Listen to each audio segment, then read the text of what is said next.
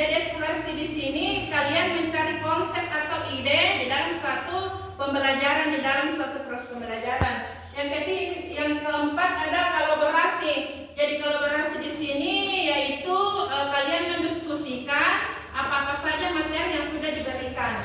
Yang keempat ada peran guru. Di sini sangat penting dan peran guru. Jadi peran guru di sini hanya memfasilitator, yaitu sebagai pemandu saja.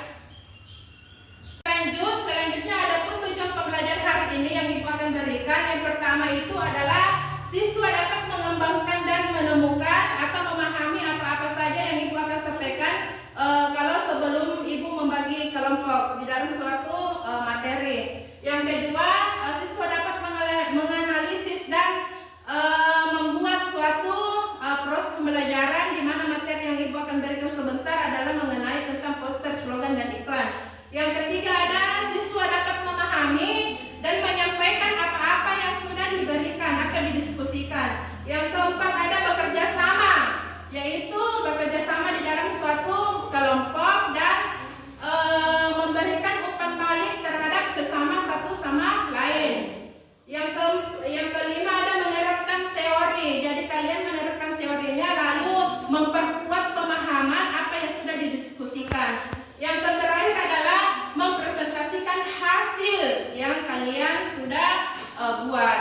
Oke. Jadi Ibu sudah menyampaikan tujuan pembelajaran dengan menggunakan metode discovery learning. Jadi Ibu akan membagi kelompok, ya, membagi kelompok menjadi 3 kelompok. Jadi Ibu akan membagi yang kelompok 1 itu membahas tentang poster, kelompok 2 itu membahas tentang slogan, dan kelompok 3 membahas tentang iklan.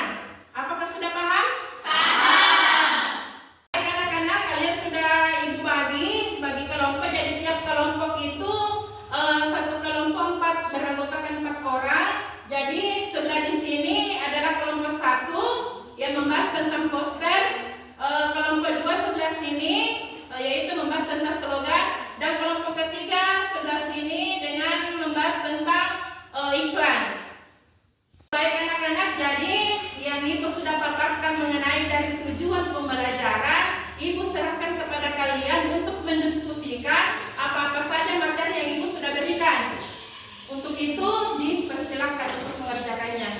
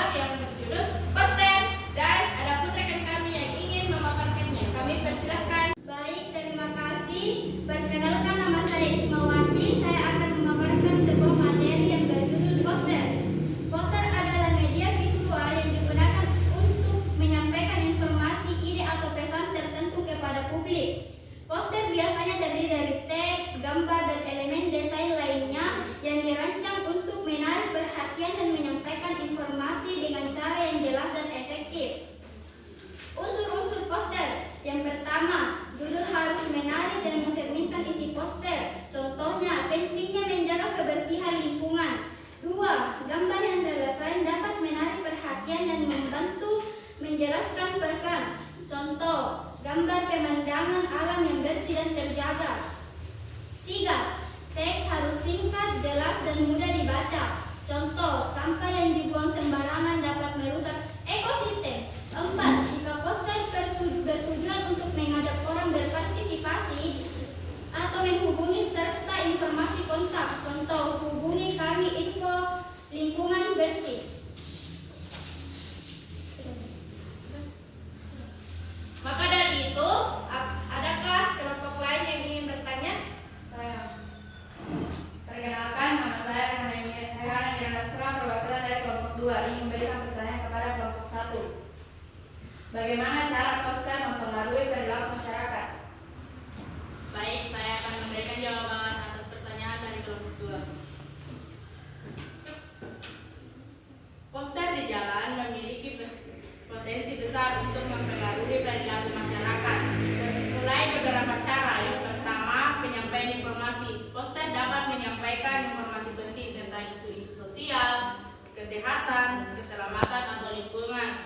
Yang kedua, meningkatkan kesadaran. Dengan desain yang menarik dan pesan yang jelas, poster dapat meningkatkan kesadaran masyarakat tentang masalah tertentu, seperti kampanye anti narkoba atau perlindungan lingkungan. Yang ketiga, mendorong tindakan. Poster yang mengajak masyarakat untuk berpartisipasi dalam kegiatan tertentu, seperti donor darah atau program kebersihan, dapat mendorong tindakan langsung dari individu. Yang keempat, pengaruh emosional.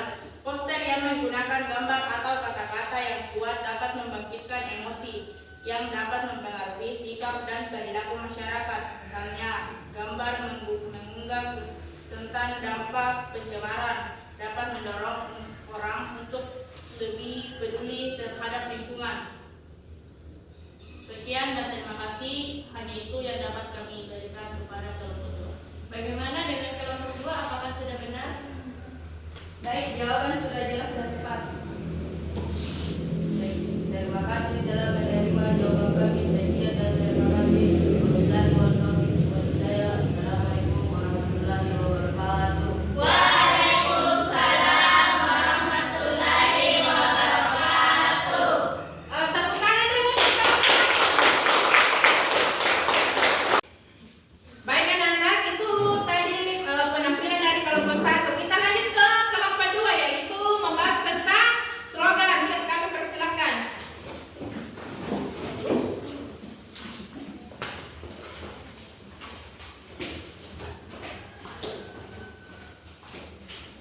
Ya, silakan. Assalamualaikum warahmatullahi wabarakatuh. Waalaikumsalam warahmatullahi wabarakatuh. Kami dari kelompok 2 beranggota 4 orang. Saya sendiri ada Dewinda dan di samping saya ada Andini, Almira, dan Zahira. Kami ingin memaparkan materi tentang slogan. Kami persilahkan kepada rekan kami. Baik, terima kasih atas kesempatannya. Perkenalkan, nama saya Andini. Saya akan memaparkan sebuah materi yang berjudul slogan.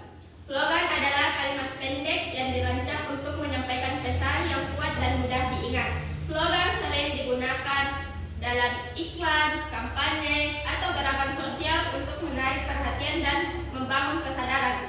Adapun unsur-unsur slogan, yang pertama, keringkasan. Slogan harus singkat dan padat. Biasanya terdiri dari 1 hingga 2 kalimat. Contohnya, bersih itu sehat. Yang kedua, daya tarik emosional. Slogan yang baik dapat membangkitkan emosi atau motivasi. Contohnya, cintai bumi, selamatkan masa depan.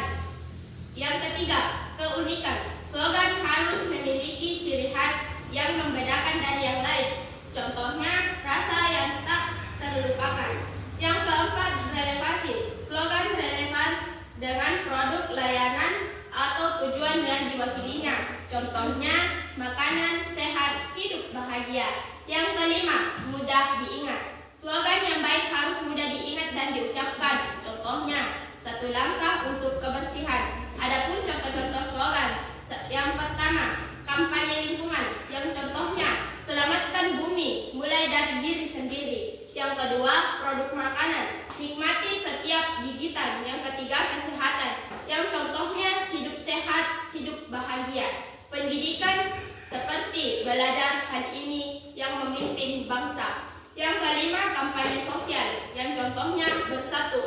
perubahan. Baik, terima kasih atas kesempatannya. Itulah tadi pemaparan yang disampaikan oleh Andini. Maka dari itu kami persilahkan kepada kelompok lain untuk mempertanyakan materi yang didapatkan. Saya, silahkan. Perkenalkan, saya Kanita dari kelompok 3 ingin bertanya kepada kelompok 2. Bagaimana cara menciptakan slogan yang menarik? Baik, perkenalkan, nama saya Rehan Amira Nasra. Ingin menjawab pertanyaan dari kelompok 3. Jadi, untuk menciptakan slogan yang menarik ada beberapa langkah yang dapat diikuti yang efektif. 1. Tentukan tujuan. Pahami tujuan dari slogan tersebut, apakah untuk mempromosikan produk, meningkatkan kesadaran tentang isu tertentu dalam nilai-nilai organisasi. 2. Kenali audiens. Identifikasi siapa target audiens Anda, memahami demografi, minat dan kebutuhan mereka akan membantu dalam merancang pesan yang relevan. 3. Sederhana dan singkat. Buatlah slogan yang singkat dan mudah diingat, idealnya tidak lebih dari 5-7 kata. 4. Gunakan bahasa yang menarik. Pilihlah kata yang kuat dan menggugah emosi pengguna, rima atau permainan kata yang dapat menarik. 6. Fokus pada manfaat. Soroti manfaat atau nilai unik dari produk atau layanan Anda, apa yang membuat berbeda dari yang lain. 6. Buat emosional. Slogan yang dapat membangkitkan emosi cenderung lebih mudah diingat. Pertimbangkan untuk menggunakan kata-kata yang dapat menyentuh perasaan audiens. Apakah jawaban kami sudah jelas? Baik, jawaban sudah tepat dan benar. Sekian dan terima kasih. Kami menutup dengan mengucapkan wassalamualaikum warahmatullahi wabarakatuh. Waalaikumsalam warahmatullahi wabarakatuh. Ya, tepuk tangan dulu untuk